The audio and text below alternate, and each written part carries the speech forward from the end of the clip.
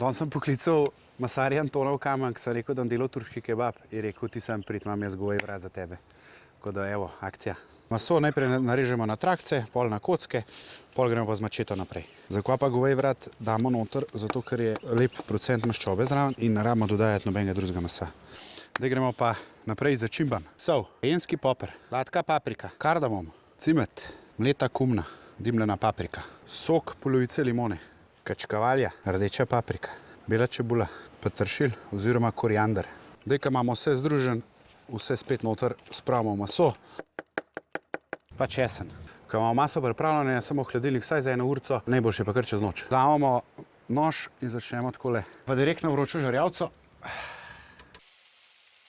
Testo razvaljamo po dolgem pa počez. Recept za jufko imate pa v opisu napisan. Zdaj imamo popečenega iz vseh strani. Zdaj pa takole z jufko stisnemo, prijemamo meč in ga potegnemo lepo počas ven. Lepo zavijamo. Lej, kva se to ven cedi, no. Top, to je to, nolo.